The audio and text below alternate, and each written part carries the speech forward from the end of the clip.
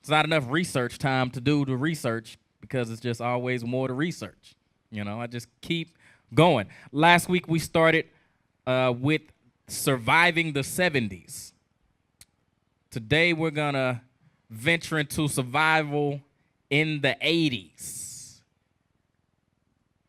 Let's start with scripture. Let's go to Proverbs chapter 18, verse 15. Proverbs chapter 18, verse 15. Is the book of Proverbs chapter 18 and verse 15.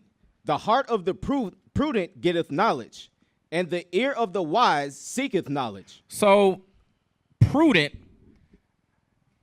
is looking ahead, looking behind, and learning from different things, right? Prudent. Can I get the definition of prudent? See, there I go already. Can I get the definition of prudent? You got me, Ananiah? I don't have to wait for them. What's prudent? Read that thing again, Heads, while we look it up. Proverbs chapter 18 and verse 15. Yeah. The heart of the prudent getteth knowledge, and the ear of the wise seeketh knowledge. Mm-hmm. A man's gift maketh room for him, and bringeth him before great men. So a man's gift, meaning whatever your talents are, if you really feed into those things and embrace those things, it'll bring you amongst great men. You got prudent? What do it mean? Okay, I got it. Prudent. It says characterized by, arising from, or showing prudency. That's horrible. Such as marked by wisdom or judiciousness.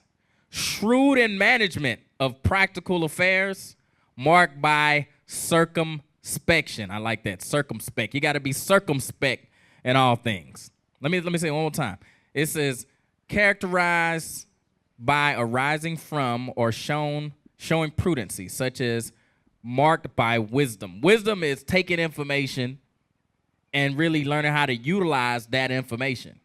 So looking at the 70s, looking at the 80s, we should be able to look at these things and learn from them and make better decisions in 2021.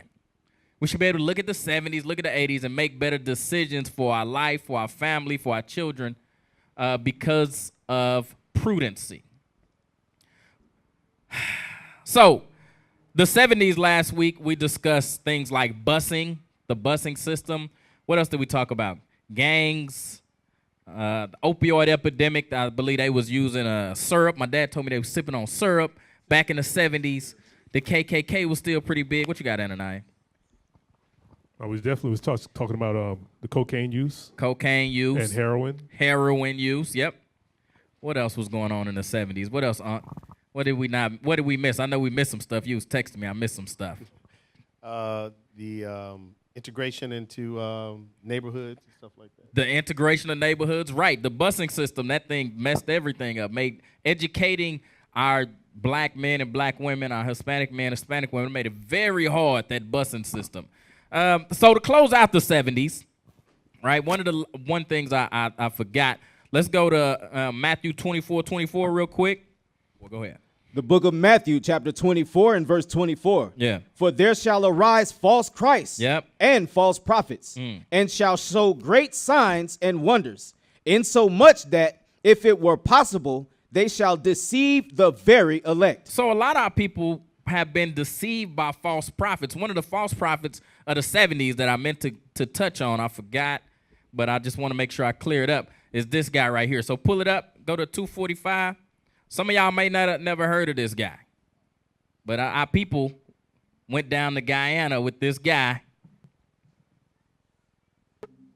Back at the commune, Jones gathered his followers for a final sermon. We've had as much of this world as you're going to get. Let's just be done with it. Let's be done with the agony of it. This time, Jones served a punch spiked with cyanide. More than 900 died, 300 of them children. Jones shot himself. We know from autopsies conducted later that a considerable number of people were held and forcibly injected with the poison. In the end, how many relatives did you lose? I lost 11 relatives. Wagner Wilson and her 3-year-old lived because they were... So this thing was called Jonestown, right? Over 900 people died, 300 children. This was what, 78, 79 right there? This guy named Jim Jones killed 900 people in a mass suicide. They all drank this Kool-Aid. So if you go back to before back earlier in this video, I didn't write down the minute mark, but he would give them the drink all the time and be like, I tricked y'all, it wasn't really nothing in there. So they had already been kind of conditioned to drink this juice with the thought it was cyanide in it, but it would never be. And then this time it actually was. Killed them all. Let's go to this. You got something, and I go ahead. So this was November 18, 1978. It says 918 people died of this thing, but not all 918 people died from drinking the juice. Right, he injected some of them. He injected some of them. What he also did was, there's a movie y'all called Guyana Tragedy. Yep. Tragedy. If you look that movie up, it'll pretty much give you detailed information as to what happened. People they started seeing people dropping. Say we gave you guys some juice, right? And all of a sudden, Sister Eliza drops off, and then Shobek drops off, and then people start, and you looking around and be like, oh, wait a minute, this is real this time. Yeah. And obviously they got people with assault weapons, like standing over there with Nehemiah is, making sure that they drinking this juice. So a lot of people died by gunfire because they were like, I ain't gonna do that. Right. And it was like, they'll kill him. Dang. Let's pull up Jim Jones right quick. Let's pull him up. I think I pulled him up. You had something, Holy App, that you want to mention? No, I just wanted to say this is where they got the term, he drank the Kool-Aid. Don't drink the Kool-Aid. Don't drink the Kool-Aid. Yep. This is where it came from. Yep. That's where it came from. That's why I ask people that sometimes when they come here. I say, well, we a crazy cult? You know what I'm saying? Don't drink the Kool-Aid if we crazy. You know what I'm saying? I ask people that. Let's pull up Jim Jones right quick just so we can kind of see who he is. Let's go down to, I posted it in there. Just pull him up at the top. We'll just read the top real quick. Okay, it says James Warren Jones was an American cult leader, preacher, and self-professed faith healer. He launched the People's Temple in Indiana during the 1950s. Jones and his inner circle orchestrated a mass murder-suicide of himself and his followers in his jungle commune at Jonestown, Guyana on November 18, 1978. So like we just heard, over 900 of our people died. Let's go to this. Let's go to Deuteronomy 28, verse 15.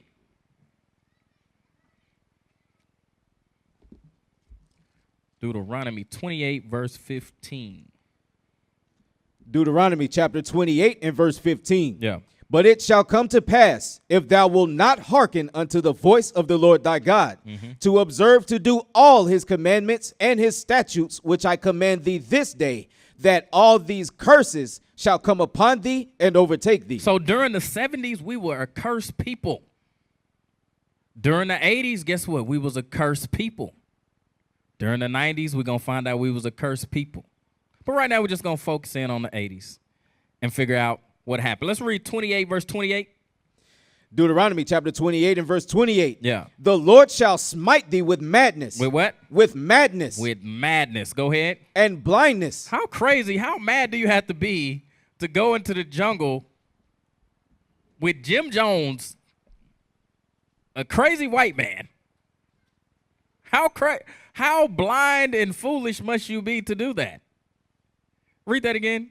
The Lord shall smite thee with madness and blindness and astonishment of heart. It's astonishing the amount of people that went and did that. I don't know. I do not get it. I don't get the charismaticness or anything. But like we always say, Christianity is a hell of a drug, and that's what he was teaching. You know what I'm saying?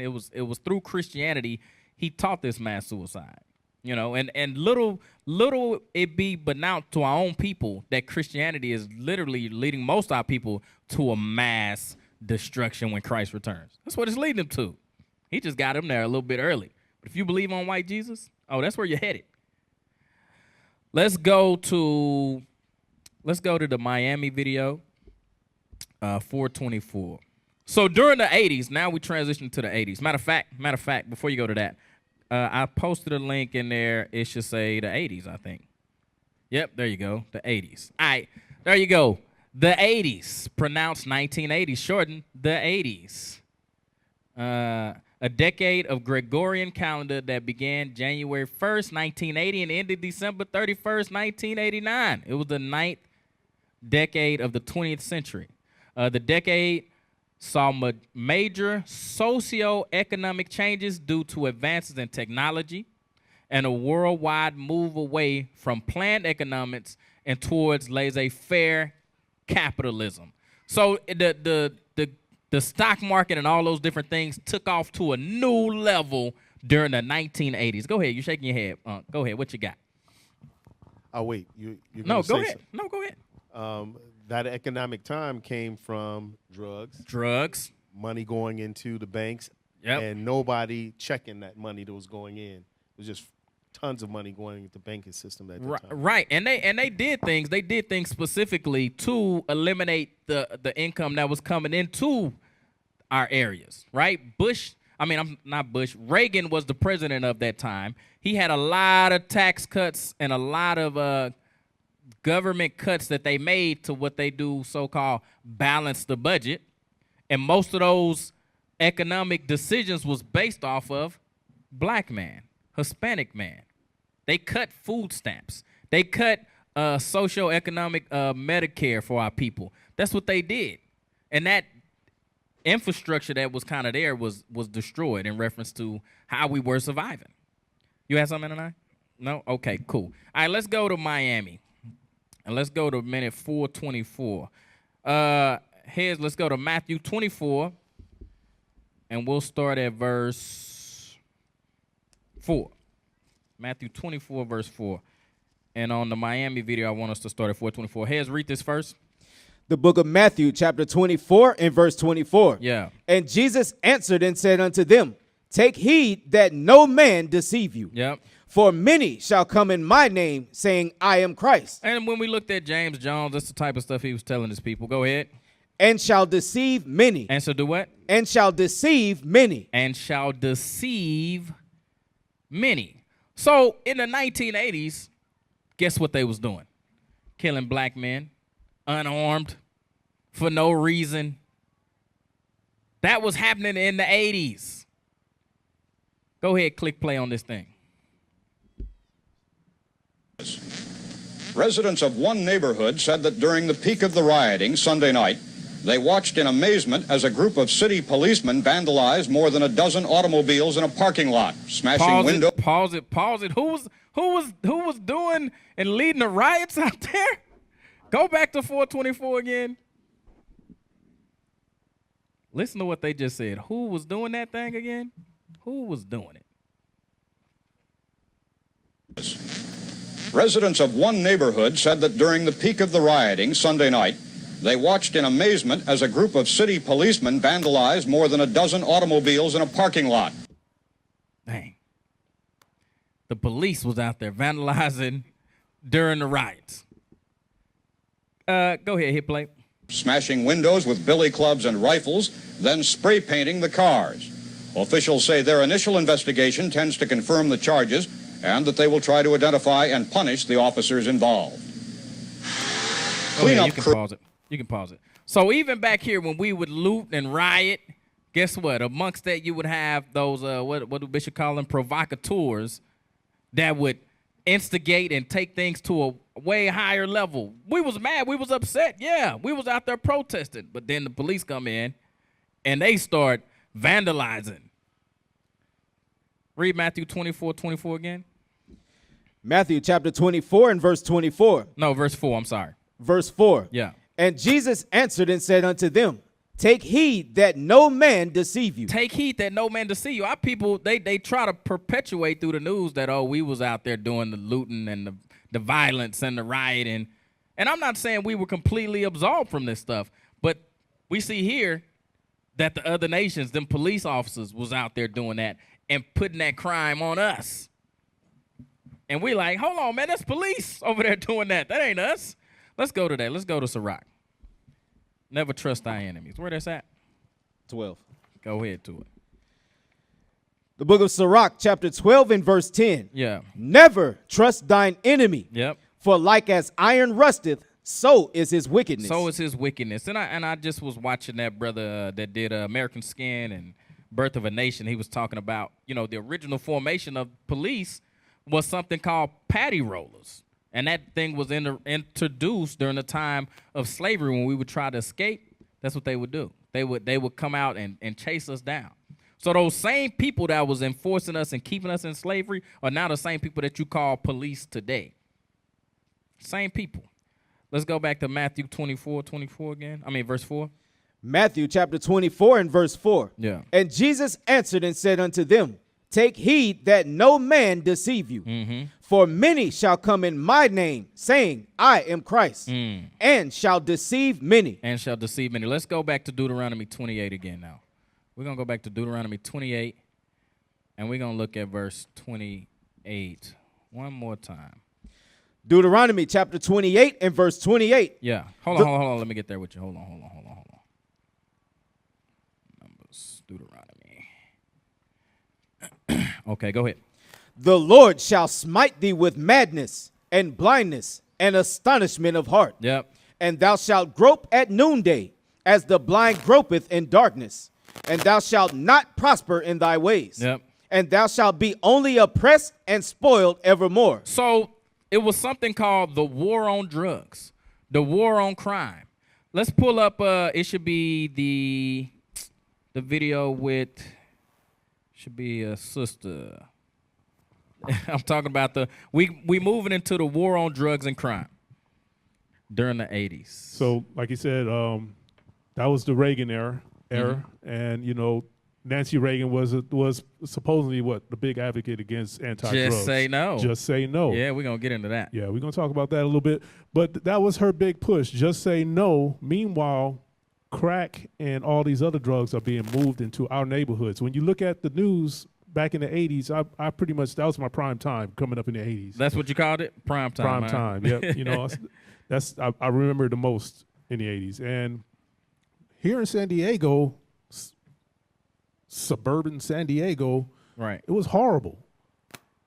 Drugs was like on every street corner. The crack era was at an all-time high in the mid-'80s going into the mid-'90s, I believe. But the 80s, it was really bad. People were getting killed. We talk about when the term crack kills is not really talking about the drug, because people didn't really die of crack cocaine.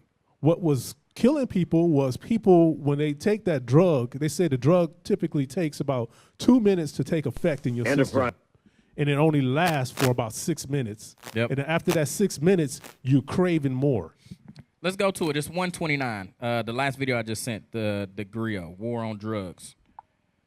So this is one of Nixon's aides that was at the end of the 70s, moving into the 80s. And like we was talking about, is that a lot of the things that they put in place during the 70s affected us moving into the 80s, right? They put things like busing in place, right? The war on drugs, the war on crime. These things were put in place in the 70s, but we're going to see the effects of it in the 80s.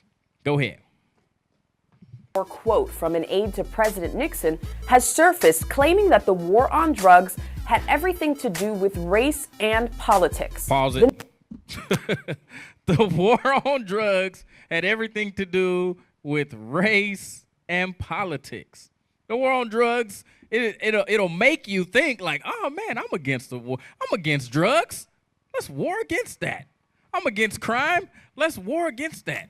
But what they was really saying was something completely different. This is what they call dog whistle politics, where they say something, but it means something completely different. But only those that's in tune with that pitch knows exactly what they're talking about.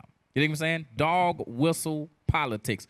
Go ahead. Start it over again. Where I was at, 129, start it over.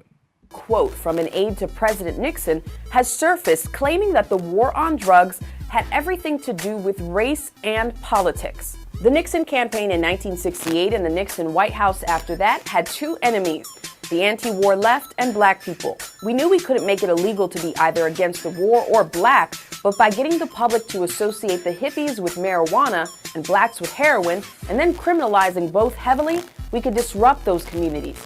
Now, 4 decades later, the way we tell... Pause it. When he say disrupt those communities, he means kill those people. That's what disrupts mean. It don't mean like I don't know. What's the definition of disrupt? It say disrupt those communities. Let's hear what disrupt means. We could disrupt those communities. I want to know what disrupt means. Ananias pulling it up. I posted one last week. I think his name was Lee Atwater. Get that one ready too. I don't think I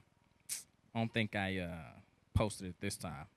Okay, disrupt. It says disturb, disrupting, disruptor, to break apart, rupture, to throw into disorder, to interrupt the normal course of unity, to cause upheaval.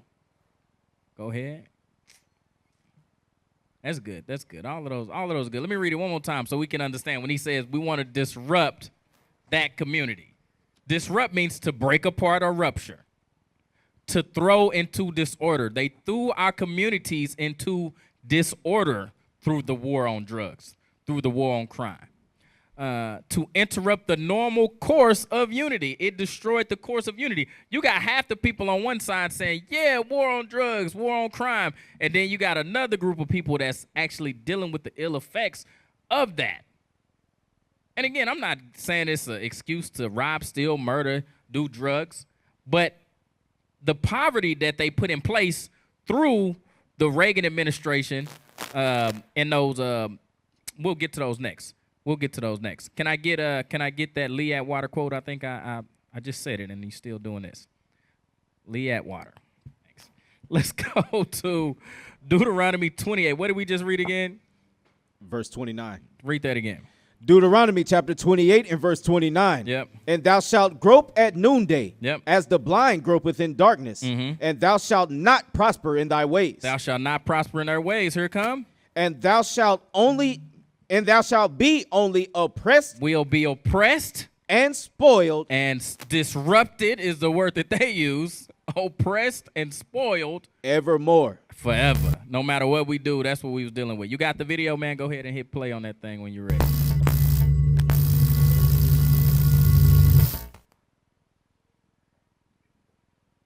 (1981).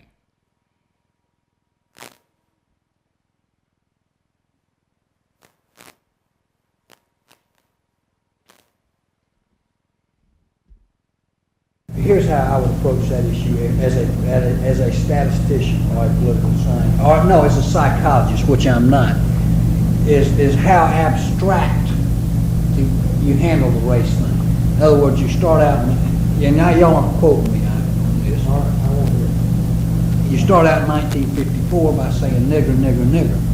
By 1968, you can't say nigger. That hurts your backfire. So you say stuff like forced busing, states' rights, and all that stuff.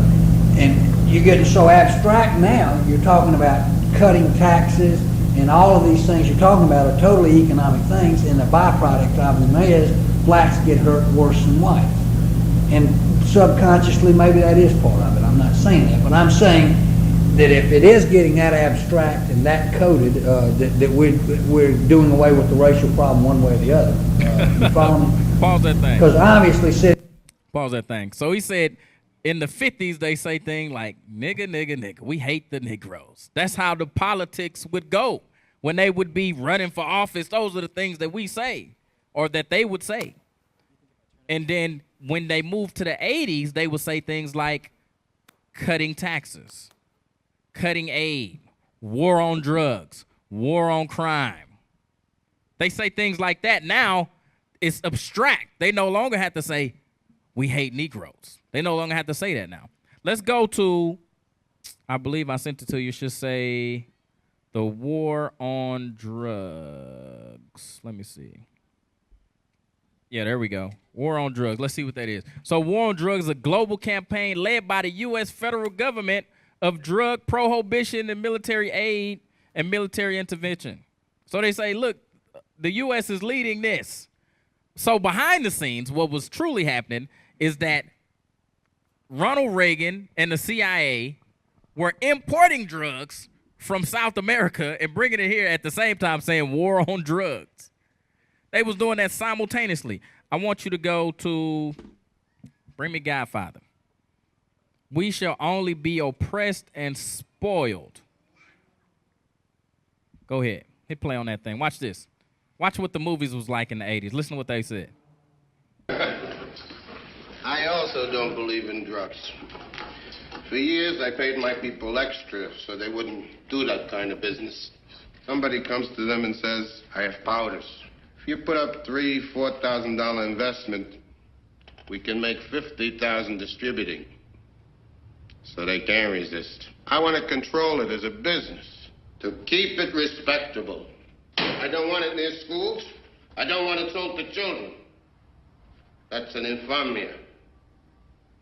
In my city, we would keep the traffic in the dark, people, the colored. They're animals anyway, so let them lose their souls. Pause it.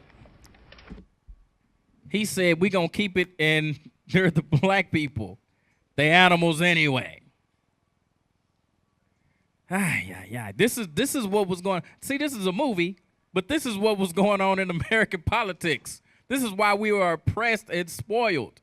The system was created to do that. I think I posted something about the. It should be the. How did they call it? The 1980s bill for. Dang, what was it? It was. Hold on, let me find it. Go ahead, and I'll say something. Let me find this right quick. Go ahead, feel free. Take it to go where you're going.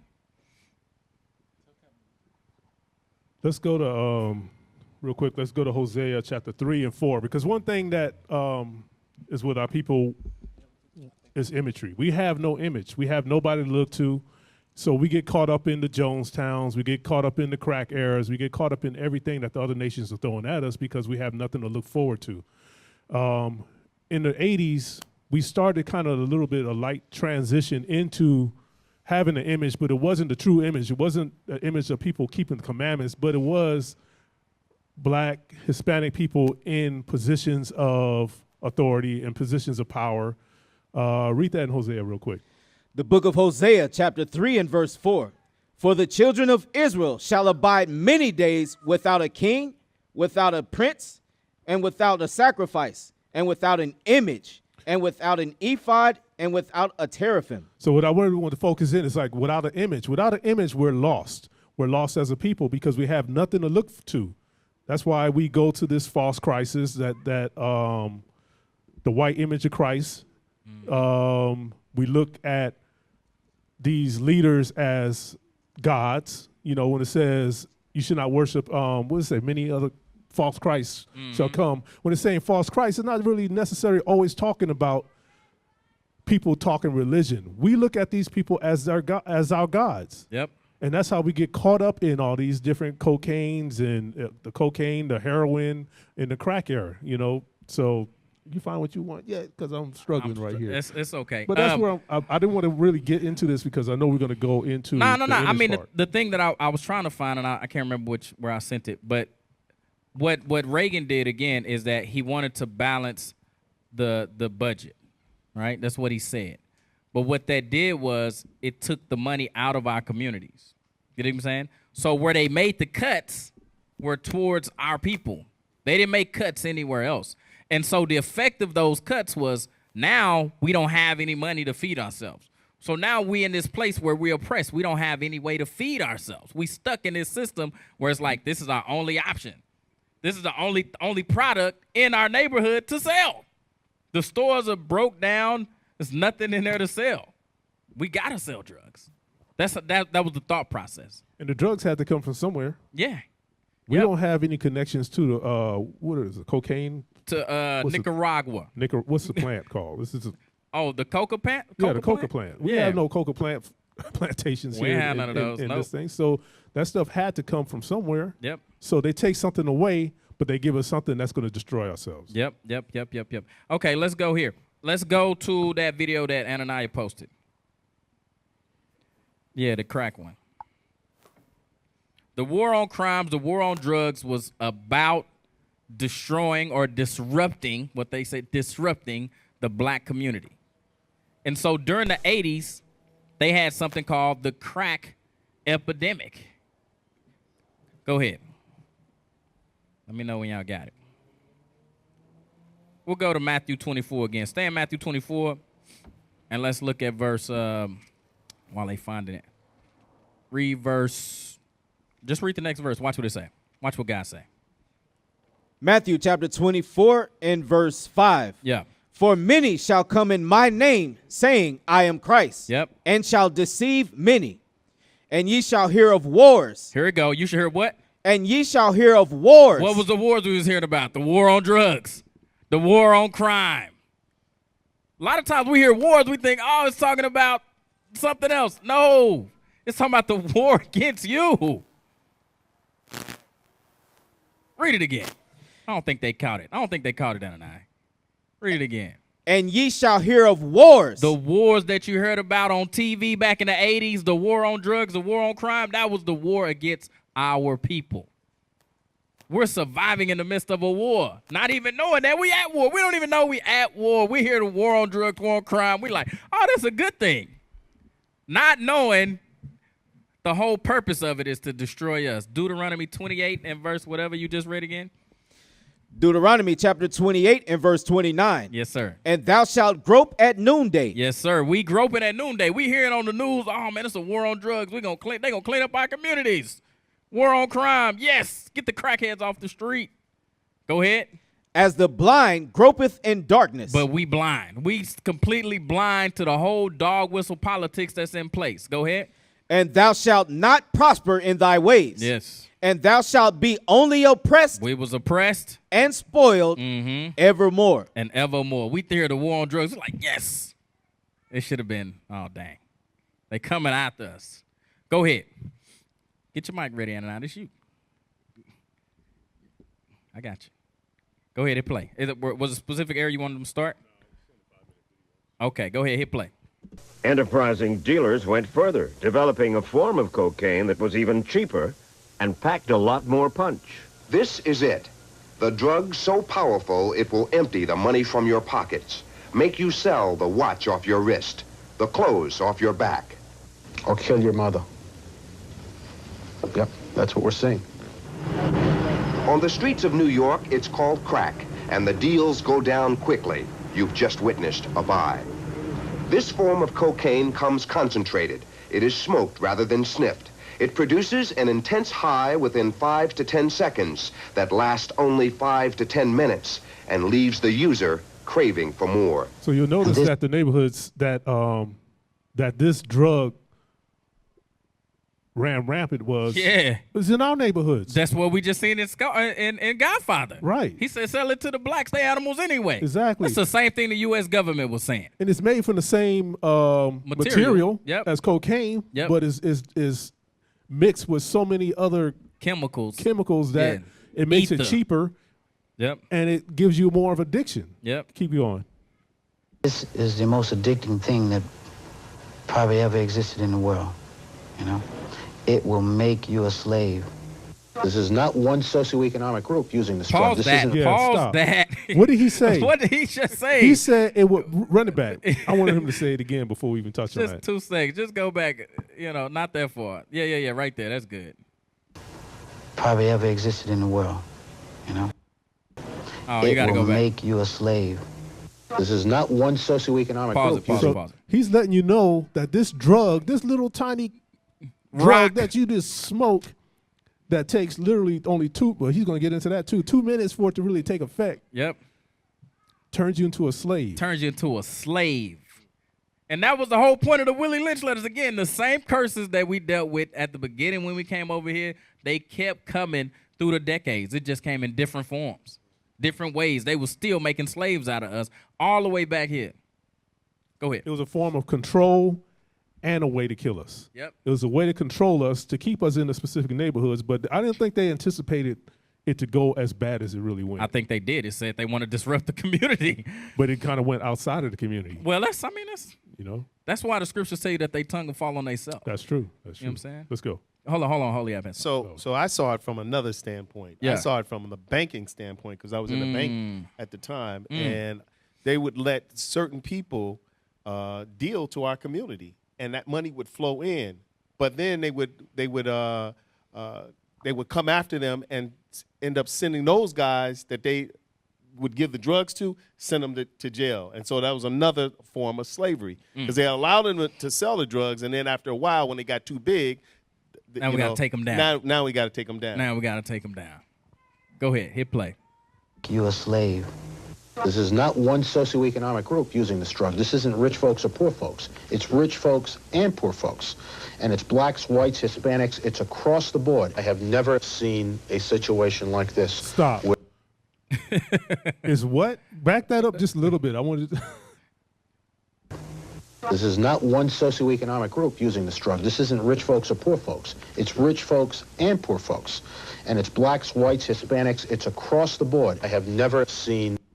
That's a lie. So he said it's across the board. It's blacks. He could have just went straight to Hispanics. Those are the people that are really affected. He kind of, at first I didn't think he said whites, but he kind of like mumbled that in there. Yep. So it wasn't really whites. It was some whites that were living in that neighborhood, but it never got to the La Joyas, to the La Mesas, to the all the upper realms of all the cities. All the cities. Yeah. I mean, like I said, I'm from Dallas. You know, I saw it in Oak Cliff. I saw it in Pleasant Grove. I saw it in Southside, but guess what? It wasn't in Arlington. Right. It wasn't in DeSoto. It wasn't in Prairie View. I mean, it wasn't in those areas. Nah, absolutely not. Exactly. Go ahead. A situation like this where a drug has mushroomed so quickly and gotten such a grip on large segments of the population. Suddenly, the war on drugs took on a whole new meaning.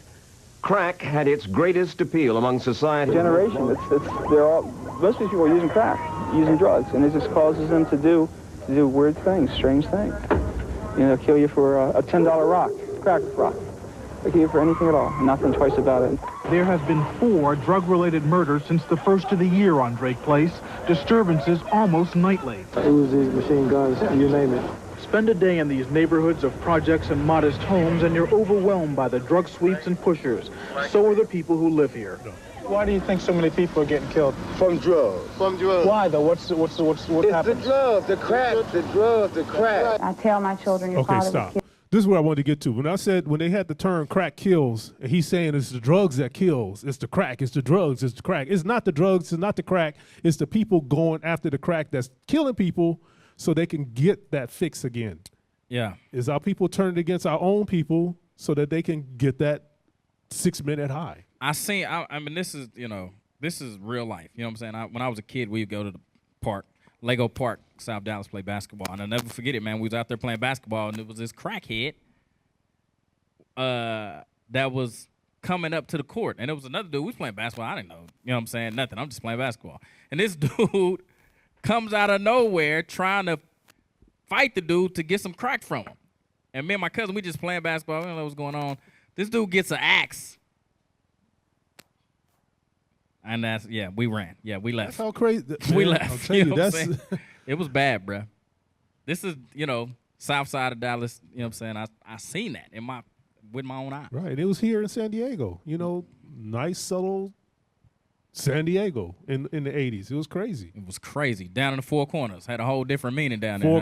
The Four Corners of Death, it was truly the Four Corners of Death. Truly. Every weekend. And that's the big spot, the hot spots, but during the week too. But every weekend, somebody died on one of those four corners. Dang. It was crazy. It was crazy. Go ahead. You got something? Nope. Okay. Let's go to this. Let's go to read that scripture again we just read in Deuteronomy 28. Deuteronomy chapter 28 and verse 29. Yeah. And thou shalt grope at noonday, as the blind gropeth in darkness. And thou shalt not prosper in thy ways, and thou shalt be only oppressed and spoiled evermore. Go ahead. Jump to verse 31. Verse 31. Yeah. Thine ox shall be slain before thine eyes, and thou shalt not eat thereof. Thine ass shall be violently taken away from before thy face, and shall not be restored to thee. Thy sheep shall be given unto thine enemies, and thou shalt have none to rescue them. So the effects again of the crack in our community is that it made it very difficult to even go to the grocery store. It was hard to even go to the stores in our community at that time, bro. The stores was dang near empty. I want let's jump back. Give me verse Verse 17. Nope, 16. Verse 16. Yeah. Curse shalt thou be in the city. Yep. And curse shalt thou be in the field. We was cursed in the city and cursed in the field because of these different things going on, because of the war on drugs, the so-called war on drugs, when they was actually importing the drugs into our community. Let's go back to the Miami video. And he also play a game they call smash and grab. Where the robbery occurred? What street? When white motorists stop at a traffic light on 22nd Avenue, the youth smash the window of a locked door and grab anything of value inside. Pause that thing. Pause that thing. These are the type of things that we had to do in order to feed ourselves. Smash and grab is what they called it. They would go in, somebody would stop at the light, they run up, smash the windows, and grab stuff out of it. You got something? Go ahead. Yeah, they also would, on the buses, on the CTA buses in Chicago, they would grab your gold chains off your neck. Snatch that thing. This is in the 80s. Yes, it's in the 80s. This is in the 80s they was doing stuff like that. Go back again to 1430, watch what they was doing. And he also play a game they call smash and grab. Where the robbery occurred? What street? When white motorists stop at a traffic light on 22nd Avenue, the youth Go ahead, keep going. Smash the window of a locked door and grab anything of value inside. On 27th Avenue? I was heading north on 27th Avenue when Robberies here are not an everyday occurrence, but an every hour occurrence. Pause it. It said robberies is not an everyday occurrence. It's an every hour occurrence in the 80s. This is what was going on in our neighborhoods. These are the type of things I personally witnessed in the projects of Dallas, Texas. Go ahead. Our people were bugged out in the 80s. It was crazy. Like I said, because this drug has a very short effect on you. A long-term effect, but a short high effect on you. And they got to get more. So just like you said, it wasn't like every day. It's like every minute somebody's getting jacked. Carjacking was big in the 80s. That's when the thing started. The smash and grabs, all that stuff. Man, but the thing I really want us to remember is that it wasn't just the drugs. Like the drugs, they played a part in it, but the system was in place to create disruption. Like we just said, it was a system in place. They cut the funding to the black community. Right. They put the drugs in there, and then this is the outcome of it. More crime, more death. This is what happened. Go ahead, Uncle. No, I was going to say I experienced that personally with my family. You got smashed and grabbed on? No, my brother sold my mother's car for $5 for crack.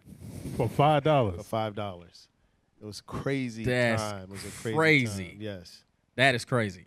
That is crazy. Like I said, I got an uncle, you know what I'm saying? Uncle Spodiotti, man. Uncle Spodiotti. That's some Dallas, Texas stuff, man. That's his real name? No, but we called him Uncle Spodiotti, but he was on drugs. Whenever he would come around, it was like, you know what I'm saying? Like, nah, man, I ain't trying to be around Uncle Spodiotti, man. And he had a girlfriend named Barbara. Spodiotti and Barbara. Spodiotti and Barbara, man.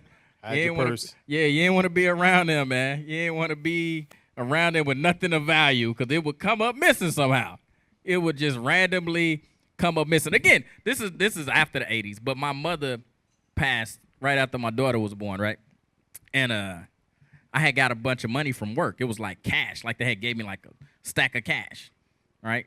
And so I'm back in Dallas for my mother's burial, and I had the money in my backpack. And I think Barbara went upstairs to go to the bathroom. I was over my grandmother's house.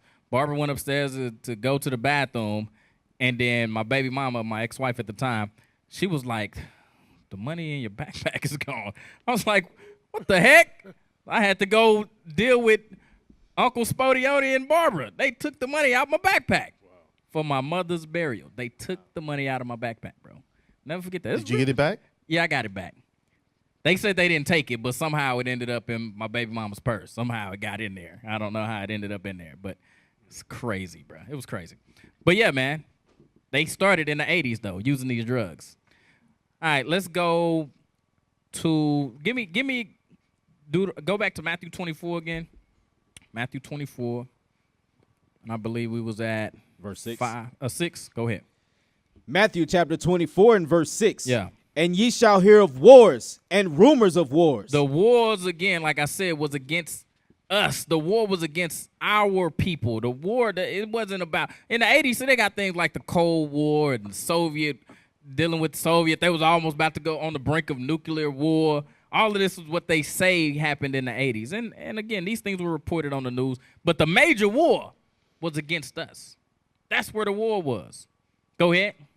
See that ye be not troubled, for all these things must come to pass. Yep. But the end is not yet. But the end is not yet. Let's go to, I want the article on Justina Johnson, I think it was. Okay, it should say UPI. Give me that one. UPI Archives. Give me give me Deuteronomy 28. And I want to look at verse... Let's look at verse 31. It's the book of Deuteronomy, chapter 28 and verse 31. 32, I'm sorry. Verse 32. Yeah. Thy sons and thy daughters shall be given unto another people. Okay. And thine eyes shall look and fail with longing for them all the day long. And there shall be no might in thine hand. It was no might in our hands. How did this affect us in the 80s? Let's see. Let's see what happened in the 80s. This is an article from August 25th, 1989. Mother sentenced for giving babies cocaine. Now let's hear. See, it sounds horrible, right? You're like, this woman must be horrible. But let's see what happened. Sanford, Florida, a young mother prosecuted on a charge normally reserved for schoolyard dope dealers was sentenced Friday to probation and community service for giving cocaine to her babies through their umbilical cord. So they said because she used drugs that she gave the baby cocaine through her umbilical cord. They was able to actually prove that this scientifically doesn't happen.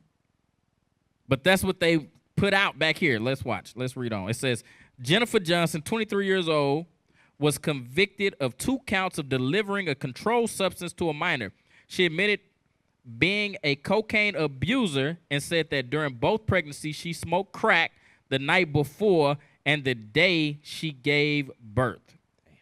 Seminole County Circus Eden ruled that the crime occurred in a few moments. The children were outside the womb, but still attached by the umbilical cord. So you got to understand what just happened, right?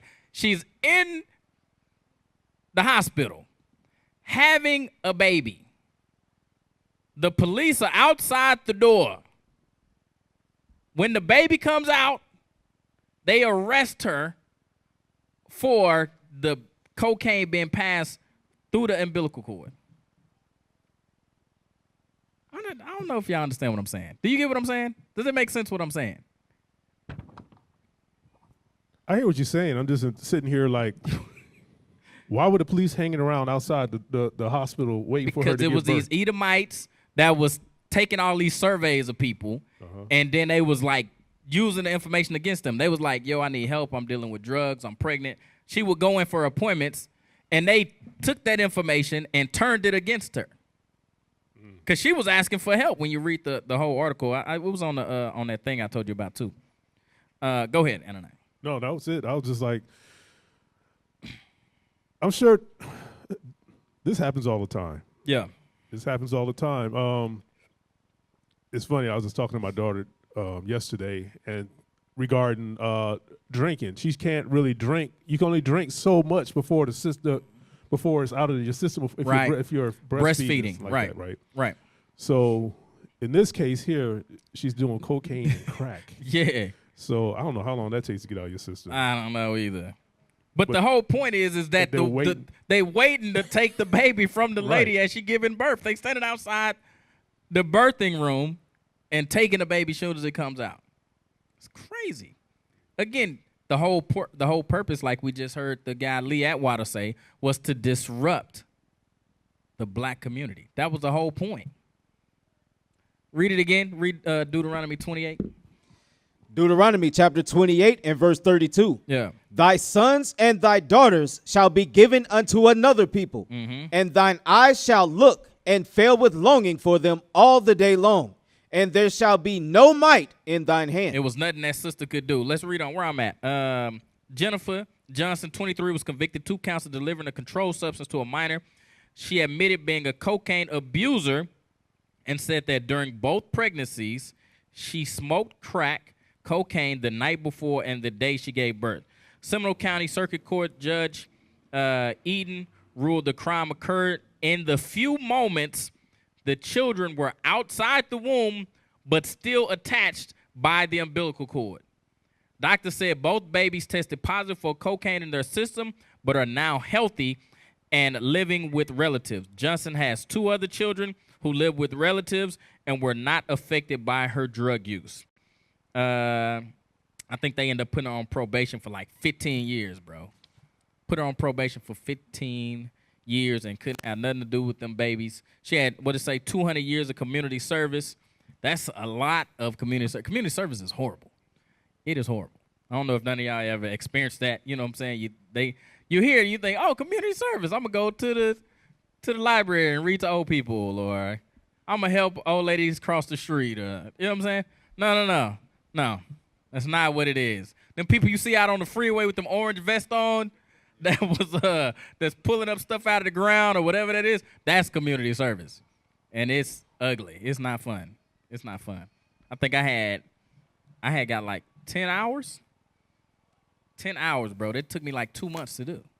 She got 200. She got 200. I got like 10, bro. It took me like 2 months to do 10 hours. And 15 years probation. And 15 years probation. So the whole system is rigged. Like she gonna end up in jail somehow. You know what I'm saying? Because it's hard to do 200 hours and work and check into probation and all that stuff. Like that's dang near impossible. That's dang near impossible. Because it's only, the reason why it's so hard to do the hours, because it's only certain times of the day you can do the hours. You got to be there at this exact time, and they got to have something for you to do. And if they don't, then it just roll over to the next time. If they got too many people already there, like it's crazy, bro. It's crazy. 200 hours. Dang. Let's read on. Verse 33. Deuteronomy chapter 28 and verse 33. Yeah. The fruit of thy land and all thy labors shall a nation which thou knowest not eat up. Yep. And thou shalt be only oppressed and crushed always. And that's what happened. This crack epidemic oppressed and crushed us. And we're still feeling the effects of that thing to this day. But back in the 80s, that war on drugs, that war on crime, it came down on us hard, man. And let's go to Deuteronomy 28. And I think we'll read verse 30. Deuteronomy chapter 28 and verse 30. Yeah. Thou shalt betroth a wife, and another man shall lie with her. Yeah. Thou shalt build an house, and thou shalt not dwell therein.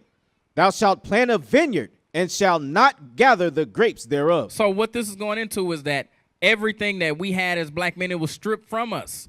To feed our kids, to take care of our wives, all those things were stripped from us. Go ahead. All right. Let's see. Ketchup as a vegetable. That just sounds crazy.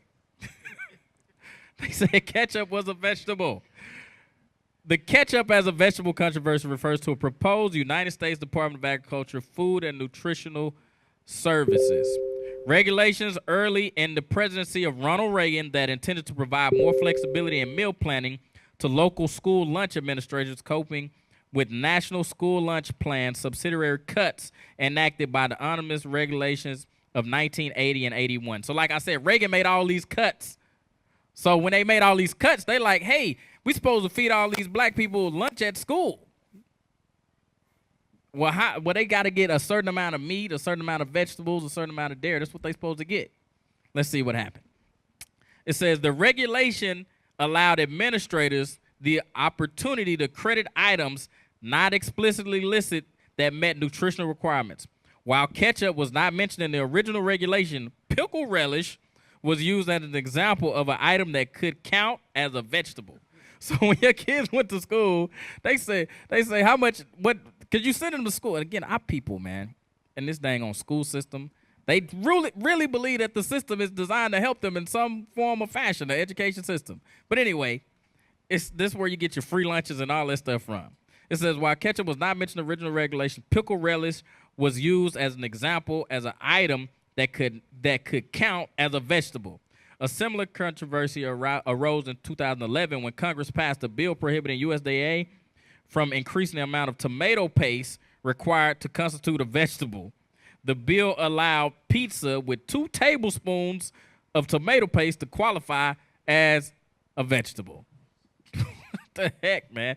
Let's go back to the one you just pulled up. I was looking for that one early. The one you just pulled up where it had the one right above ketchup. You just pulled it up. And I said that's not it.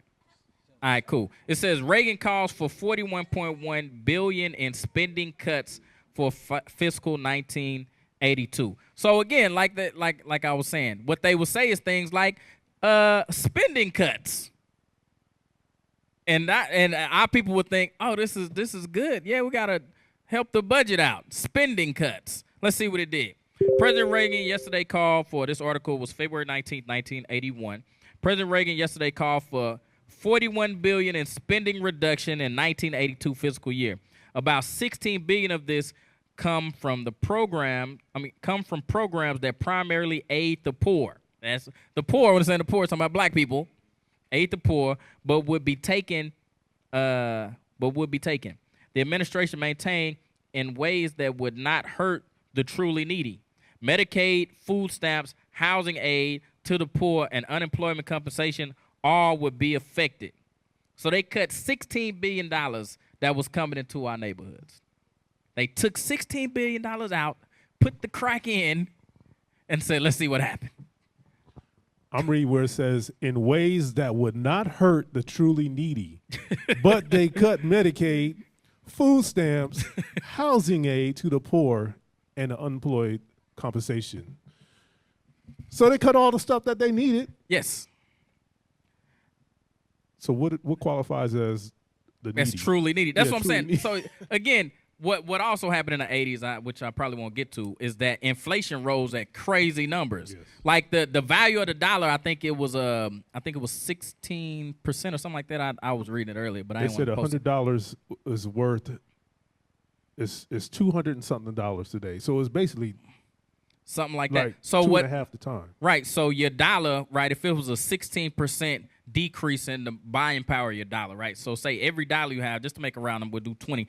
So every dollar you had was actually worth 80 cents.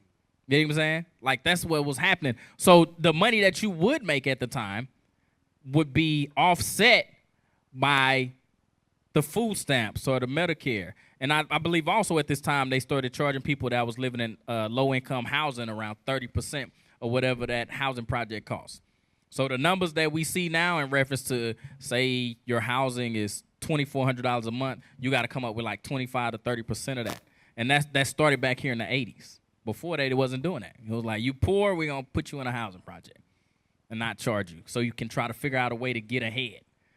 Back here, there was no way to get ahead. Inflation rose, the aid went down, and then they put crack in the communities. All of these things was designed to disrupt the black community. Go ahead, Yeah, so in the banking system, that's where you would see double-digit savings interest rates. Yep. You know, they were 10, 15%, rates that you don't see now. Back in the 80s, that's what you would get that much in savings just for putting your money in a savings account. In a savings account. Now you get what? I think two I or something. 0.01%. No, it's 0.05% is a money market account right now. Golly. That's crazy. Let's go back to where I'm going. So we just read about the cuts, talked about crack. Let's talk a little bit more about crack. Let's go back to where we was at last, verse 6. Verse 6. Yeah, go ahead. Matthew chapter 24 and verse 6. Yeah. And ye shall hear of wars and rumors of wars. Mm-hmm. See that ye be not troubled, for all these things must come to pass. Go ahead. But the end is not yet. Mm-hmm. For nation shall rise against nation, and kingdom against kingdom, and there shall be famines. We read about the famines, like they cut the food aid. Go ahead. And pestilences. One of those main pestilences that we seen was the drug addiction. That's a health crisis. Dang, look at that. Federal inflation was 13.35%. That's crazy. That was for the year. 15%. Oh, no, that was banks. Prime money market. That's crazy, bro. Euro dollar, man, that's crazy. Your money was decreasing in value. And that's why when I talk about home buying and stuff like that, I always try to tell people, like, look, the numbers, people always talk about, I wait for a market crash, I'm going to buy a house.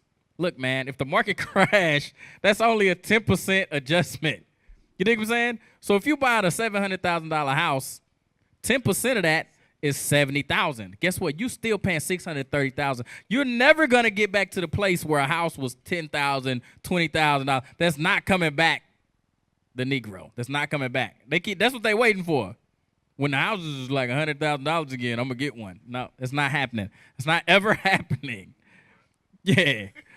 Go ahead, hit play, man. This one, yeah, that's the one. The new law of evolution in corporate America seems to be survival of the unfittest.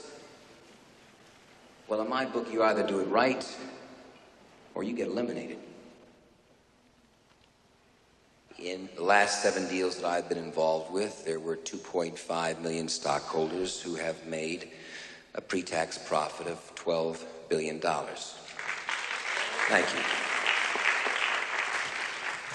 I am not a destroyer of companies.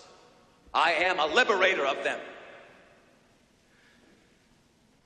The point is, ladies and gentlemen, that greed, for lack of a better word, is good. Pause it. Greed is right. This man just said greed is good. This is what they was perpetuating in the 80s. Greed is good. This is on a movie, you know what I'm saying? But this what was going on. They was taking all the money out of our communities and it was flowing into theirs. That's why the scriptures tell you again, never trust your enemies. They will find a way to manipulate the market in ways where you can't win. You will only be oppressed and spoiled forever. Let's read that Matthew 24. What we just read again? Verse 7.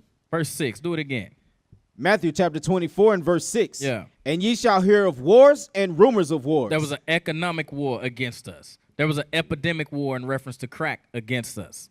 There was a war in reference to us having, what else did we talk about? How they were feeding our children. That was all, these are war tactics. When you read about war, this is what you do. You destroy what they eat, what they buying power, their education system, their financial systems, their economic. You destroy all of that. That's war. Those are all war tactics. It wasn't to help us in no way. Go ahead, Anna. It's funny because before we started the class, we was talking about GameStop and AMC and all this stuff, right? BlackBerry. It's BlackBerry. These are things that our people are taking advantage of right now. Trying to. And what are they doing? They're putting a stop to it so that we can't do it. But meanwhile, they still do it on a level that we can't achieve because we don't have the money to buy. Don't even know how to buy a short. Exactly. To control Tesla or control Microsoft or something like that, to buy so many shares of that. But we could buy the penny stocks. Penny stocks, yep. But they don't want us to do that. Yep. So it's crazy. It's crazy. It's the same war. We still at war to this day. Go ahead. See that ye be not troubled, for all these things must come to pass, but the end is not yet. Yep. For nation shall rise against nation, and kingdom against kingdom, and there shall be famines and pestilences and earthquakes in diverse places. So one of the pestilences that took place, pestilence is reference to the food shortages, right? And like we just read, what we was getting in the school system was we wasn't getting any vegetables or nothing like that. And then in the areas where the neighborhood markets was, those things was closing down, shutting down. You wasn't safe to go into those type of things. Again, like I said, I grew up in Dallas, Texas. I don't know what it was like here in San Diego, but it was not safe to go to the store. At night, oh, heck no. You know what I'm saying? I remember drinking jungle juice. You know what I'm saying? You remember that? No. You never had jungle juice? See, he know what I'm talking about. Maybe that's just a Texas thing. Maybe it's just Texas. But we used to drink jungle juice for $0.25. You know what I'm saying? Well, hey, man. Some inside stuff, I guess. What is the junk? Okay. It's sugar water purple, pretty much. Like, Kool-Aid. Huh? Kool-Aid. Yeah, but we called it jungle juice. Okay. But it was sold in the hood. But go ahead. Go ahead, Hez. All these are the beginning of sorrows. Then shall they deliver you up to be afflicted, and shall kill you. And ye shall be hated of all nations for my name's sake. You shall be hated of all nations. You, black man, Hispanic man, you are hated of all nations, even in the 80s. The war on crime, the war on drugs, those things was against us. Give me Nancy Reagan before I get off of here. Give me Nancy Reagan. It should say, Just say no. yeah, you see it. 80s and 90s advertising campaign. Give me that one. Yeah, just say no. Let's see what happened. Just say no. Just say no was an advertising campaign prevalent during the 1980s and early 90s as a part of U.S. war on drugs, aiming to encourage children from engaging in illegal recreational drug use by offering various ways of saying no. The slogan was created and championed by the First Lady Nancy Reagan during her husband's presidency. Let's see. So she would say it, and let's see who else she could say. Give me your boys, the Lakers. Let's see what the Lakers was doing. America, are we running scared? There's one problem, it's got to be clear. It's a war we're fighting across our land. It's here right now, so let's take a stand. We're the LA Lakers, and we're here to say that the drugs are killing every day. Cocaine and crack, it's all got to go. We got to learn to just say no. I'm Kareem, the captain of the team. All right, you can bother. Please stop. Please stop, man. Please stop. We're going to get into the outfits of the 80s, too. But they up there backing this lady talking about just say no. Just say no. Not knowing what? That we destroying ourselves. Not just that. Go what ahead. was Magic Man, these dudes use more drugs than most of the More people. drugs. That's what I'm saying. So hypocritical. I just watched a documentary on that. They was all using drugs. Right. All them dudes. Yeah. Go back to Matthew 24. Verse 9? Yeah. Matthew chapter 24 and verse 9. Yeah. Then shall they deliver you up to be afflicted, and shall kill you, and ye shall be hated of all nations for my name's sake. Oh, go ahead. And then shall many be offended. Then shall many be offended. The ones that was offended was us. We was fighting a war against ourselves. Instead of finding a way to help each other and help our people, it was let's criminalize each other. Let's hate each other. We hated each other. Read that scripture again. And then shall many be offended. Yep. And shall betray one another. Yep. And shall hate one another. And shall hate one another. We was hating each other. Instead of trying to find a way to help each other, we let the system that they put in place make us think negatively about each other. You know what I'm saying? I like I said, I'm talking about my Uncle Spodiote, but I remember the thoughts I had like that dude crazy. And that's what my mama told me. That's her brother. You know what I'm saying? Stay away from him. It was no effort to get him fixed, to get him corrected. You know what I'm saying? Give me the other commercial. Where's the one with the egg? Gotta see that. You gotta see that. You gotta see that, man. This is your brain. Let me get that one.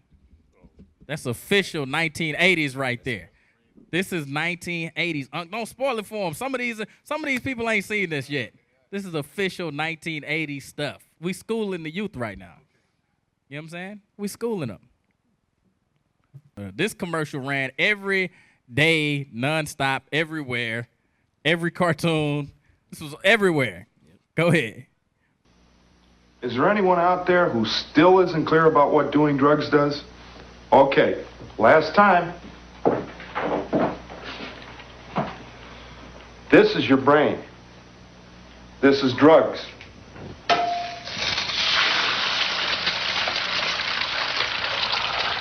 This is your brain on drugs. Any questions? That was the 80s right there, man. That's official right there. You know what I'm saying? During the 80s, these are the type of things that was put out there for our people, and it created a self-hatred for each other. You know what I'm saying? Because this was in between every cartoon you saw. That commercial was right there. This is your brain on drugs. And then you see your uncle and your aunt and them doing crack. You like, oh, man. Their brains is fried. You know what I'm saying? Go ahead. And on all of the basketball channels, when we NBA. Yeah. It was everywhere, bro. That thing was everywhere. All right, so it say we shall be, what did it say? Read that again. Matthew chapter 24 and verse 10. Yeah. And then shall many be offended, and shall betray one another. And shall betray one another. Go ahead. And shall hate one another. And shall hate one another. All right. Let's go to self-destruction. Self-destruction. Click play on that thing when you're ready. Boom. 80s. We all agree tonight, all of the speakers have agreed that America has a very serious problem. Not only does America have a very serious problem, but our people have a very serious problem. America's problem is self-destruction. You're headed for self-destruction. Self-destruction. You're headed for self-destruction. Self-destruction. You're headed for self-destruction. Self-destruction. Well, today's topic, self-destruction. It really ain't the rap audience that's bugging. It's one or two suckers, ignorant brothers, trying to rob and steal from one another. You get caught in the mid. So to crush that stereotype, here's what we did. So, again, the whole point of this, again, is that we see that Reagan cut the money coming in, all right? The drugs was brought in. It was a group of our people that was trying to find a way to get us back on track. Guys like KRS-One, Kool Moe Dee, Latifah's on here, I believe, Light's on here, right? And these things we would hear and be like, yes, okay, we gonna. He said it's just a few of us. When you listen to it, he says it's just a few of us, but they perpetuate these images to make us think that this is everybody. And you know what the government said? They said, you know what, we got to find a way to destroy them. Then comes the gangster rap. 87, 88, in comes the gangster rap. Read that scripture again. Matthew chapter 24 and verse 10. Yeah. And then shall many be offended. Yep. And shall betray one another. And shall hate one another. And shall hate one another.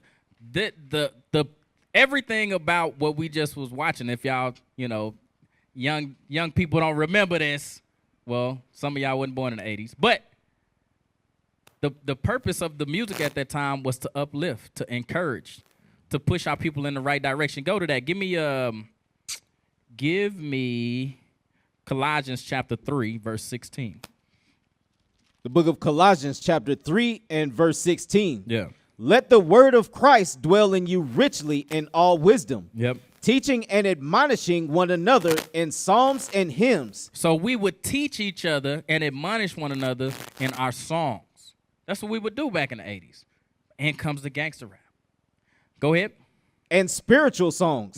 Singing with grace in your hearts to the Lord. Singing with grace in our hearts, trying to get our people back on track. That was the whole purpose of songs like that. And a lot of the rap early, that was the point. That was the purpose. They was talking about, what's the song called? The Message. You know what I'm saying? Songs like that, where it was like, let me figure out how to get our people fixed. Let me figure out how to encourage our people, right? I know, Ananiah, you said you was a big Public Enemy fan, right? Go ahead. Yeah, so like KRS-One, Public Enemy, and it's crazy. Even Flavor Flav. Even Flavor Flav, yeah. Those guys, what they did, they was putting a message out. They would, it would come across hard if you're not really listening to the lyrics. These guys are really pretty much telling you everything that's happening in the neighborhoods. Try to give you awareness. Awareness rap is pretty much what it was. Yep. And then it transitioned into NWA. Yep. Trying to degrade our people again. Talking about, the women, talking about selling the drugs, not people being abused by the drugs, but talking about all the negative aspects of our society. Encouraging the negative aspects of our society. Because there's a difference between reporting the negative aspects of our society and encouraging that behavior. You know what I'm saying? Let's go to that. Let's go to 1 Samuel chapter 16, verse 23. And again, if you get a chance to listen to the lyrics of that song, man, Self-Destruction, like that was really trying to put a good message out there for our people, so they wouldn't cause self-destruction, because it was already a bunch of things against us. Like we just said, the Reaganomics, what they call Reaganomics of the time, the drugs of the time, right? Those things were against us already. So we said, okay, we can't self-destruct. What do we do? Go ahead and read that. The book of 1 Samuel, chapter 16 and verse 23. Yep. And it came to pass, when the evil spirit from God was upon Saul, that David took an harp and played with his hand. So Saul was refreshed and was well, and the evil spirit departed from him. So you got to understand, this music that they was putting out, it had a certain spirit on it. But then in comes the gangster rap. Guess what kind of spirit it put on us? A spirit of anger, a spirit of violence. Those different things came in with the gangster rap. The music played a big part in where we got to in the 80s. The destruction of ourselves in the 80s. Go ahead. One of the things that they were doing in the 80s, they were doing backmasking and subliminal programming. I don't know if you guys know what backmasking is. Go ahead, tell me about it. So backmasking is when they would put a destructive message, but they would play it backwards in the music. Oh, and if you turn the music backwards, you would actually hear what they were trying to say. So, That's crazy. It's crazy. That's crazy. Go to... so we already see that the food was against us, the drugs was against us, the economics was against us. Now they turn the music against us. Let's go to where it say premature deaths. Premature deaths. And let's go to Deuteronomy 28. Let's start at verse 28. This is the book of Deuteronomy, chapter 28 and verse 28. Yeah.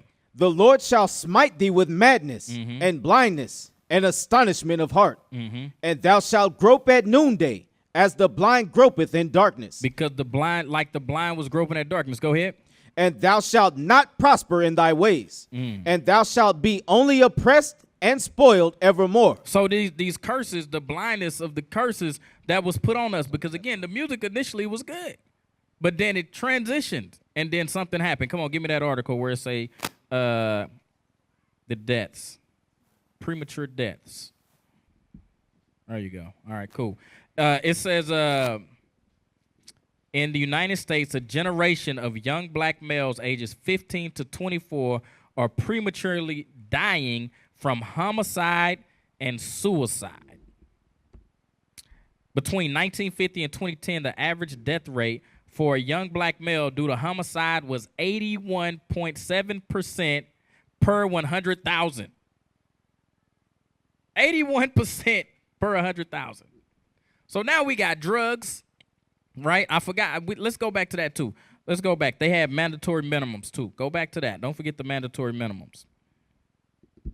So we got 81% of us dying in drugs. Of murder.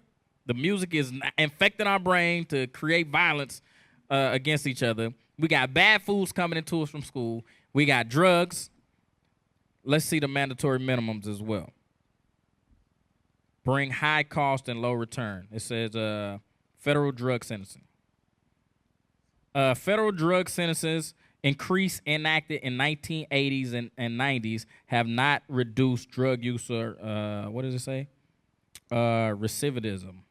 More than 95,000 federal prisoners are serving for drug-related offenses, up to 5,000 in the 1980s. In 1980.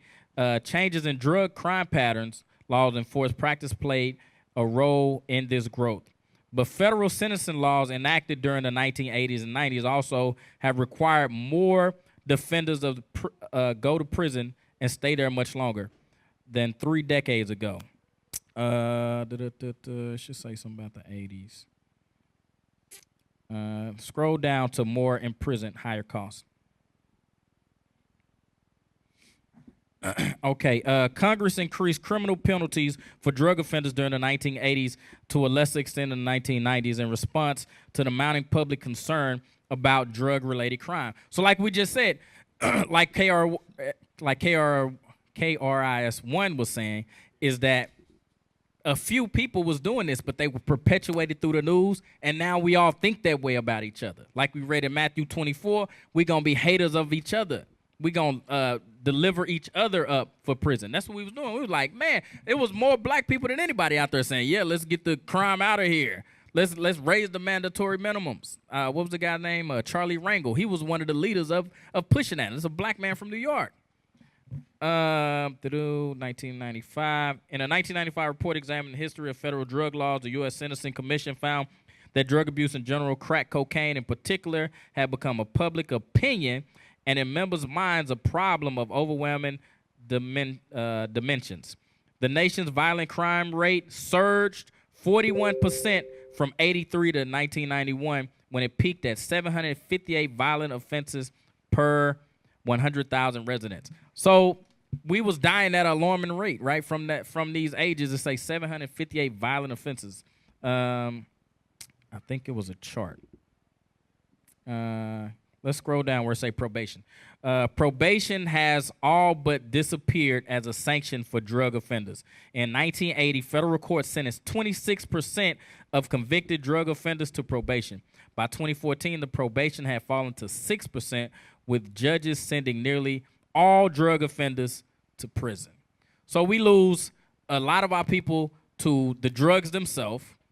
Then we lose them to those that was selling drugs. We lose those. And then we lose another number on top for killing each other.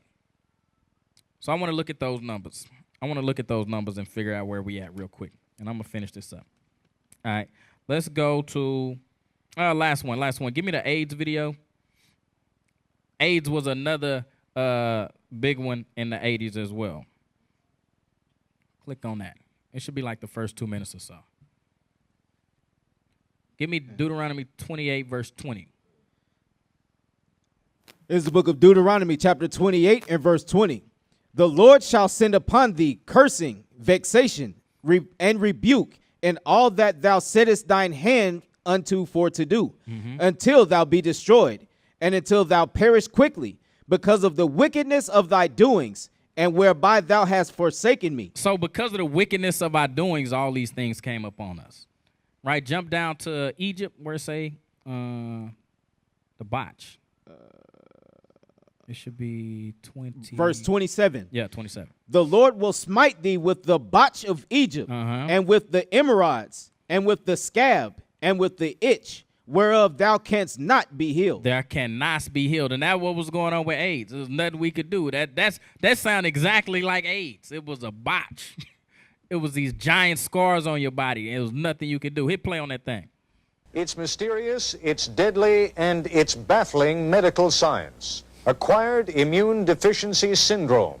Once thought to affect only promiscuous homosexual males, AIDS is now spreading in epidemic proportions to other segments of the population. If the trends continue as they are, I think we can predict that the acquired immune deficiency syndrome is a highly fatal illness likely to remain with us for the next decade. Tonight, we'll focus on this new disease, and we'll talk live with 3 scientists. You can pause it.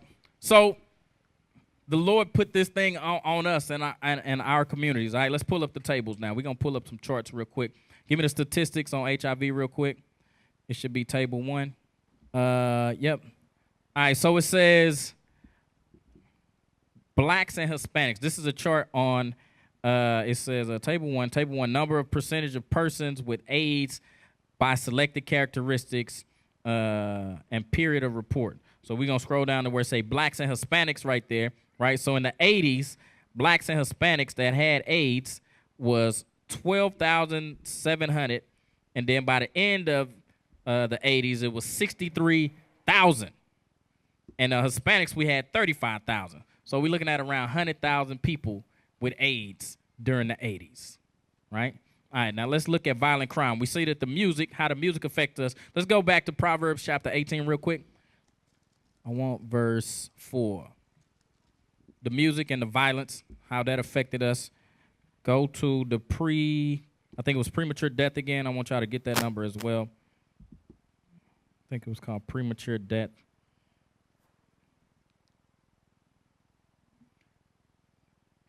Proverbs 18, start at verse 4 here. Is the book of Proverbs, chapter 18 and verse 4. Yeah. The words of a man's mouth are as deep waters. Yes. And the wellspring of wisdom as a flowing brook. It is not good to accept the person of the wicked, to overthrow the righteous in judgment. A fool's lips enter into contention, and his mouth calleth for strokes. See, we don't understand that the music in which we put out, that music, how they spoke, call it for strokes, meaning that people would die based off of what people would say. You hear this music and it affects you in a certain type of way. I think I told y'all this before. I was listening to I think it was Trey Songz or something, and it was like he said like lobster and shrimp and a glass of Moscato. I started drinking Moscato like that night. I was like, I'm gonna go to the store and get some Moscato. I'm on my way. A lot of y'all think y'all left the lobster and shrimp alone. Nah, I didn't get the lobster and shrimp, but I was on the Moscato the next day. You know what I'm saying? I think Kanye put out a song. He said he was beasting on the Riesling. What's Riesling? All right, let me go get some of that. You know what I'm saying? Like, these are different things. The music affects you. Y'all laughing at me. Y'all doing the same thing. You know what I'm saying? Y'all doing the same thing. It should say premature deaths, bro. Did you bring that one up? There you go. That's the one. All right. So this is going into the mandatory minimums and how this affected us, the mandatory minimums. So as you can see right there under blacks and Hispanics, right? In 1991, the end of the 80s, we had 1,181 prisoners in jail that was black. We had 392,000 Hispanics in prison. So you see we got what? That's like a total of 1.5 million in jail. Okay, now we got that. Now let's go to the next chart. The next chart right after that. It should have been, what's that one? I want y'all to see these numbers and how this thing really affected us as a people. Homicides. Should be the homicide one. It's page 11. It say page 11 right below it. Cool. All right, we're going to page 11 on this chart. And it's going to tell us how many of us were killed for violent offenses, right? Right there after 1991. So after 1991, the victimization rate for blacks fell until 1999. Oh, I'm sorry, it's the one above it. The victimization rate for blacks peaked in the early 90s, reaching a high of 39.4 homicides per 100,000. So per 100,000, we was losing about 40,000 of us every year, per 100,000. So that's 40,000. So 40,000 times 10 years, what's that? Like 4 million? Is that right? Somebody do some math. 40,000 times 10. 400 million. 400 million? Oh, 400,000. 400,000? 400,000? Okay, 400,000. So now we got 400,000 that died. Okay, now did we get AIDS yet? How many of us died from AIDS? Give me the one HIV. I did that one? So we got AIDS, we got violent crime, and we got, what was the other one? Jail. Did we get the jail rate? We did the jail? How much was the jail? 1.5. All right, so how many of us did we lose in the 80s? Let's add all those numbers together. This ain't even including crack. Let's just figure out how many of us we lost in the 80s.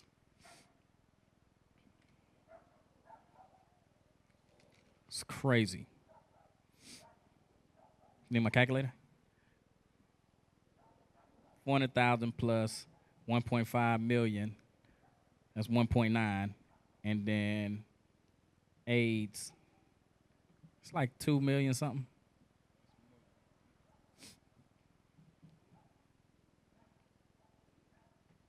Let's go back to Matthew 24 one more time. Start at verse 3. Start at verse 4. The homicide rate, I think it was, that number should have been 400,000. 400,000. You got 4 million? I don't know. I got like 2 million in my head. Yeah, 2 million. I don't know what kind of math you're doing over here. 1.5 plus 400,000. And I think for the AIDS, it was on like 30,000. So it was like 35,000. So, yeah. So it's like 2 million of us died. Read that, Matthew 24 and verse 4. Matthew chapter 24 and verse 4. Yeah. And Jesus answered and said unto them, take heed that no man deceive you. Yep. For many shall come in my name, saying, I am Christ, and shall deceive many. So they would come in saying, war on drugs, war on crime.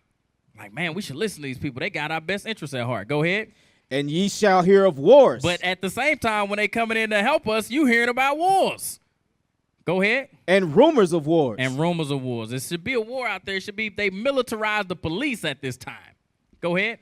See that ye be not troubled, for all these things must come to pass, but the end is not yet.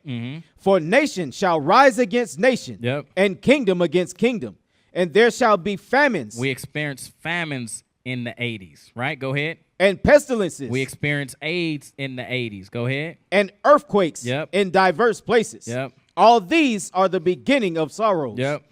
Then shall they deliver you up to be afflicted. They created something called mandatory minimums for drug offenses in the 80s. Read that again.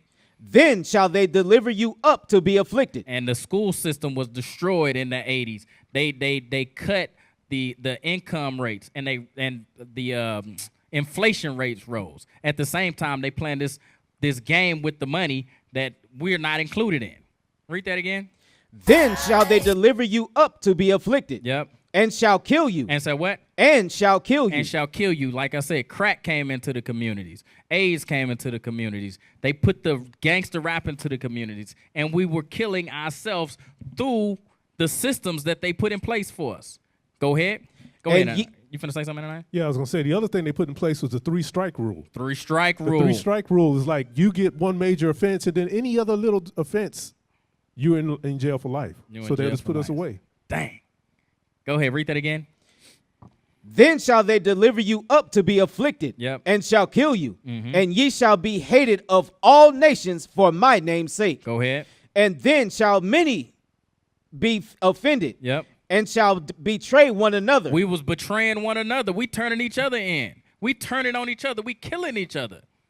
We shooting each other over corners, over the drugs, over where we want to sell the drugs at.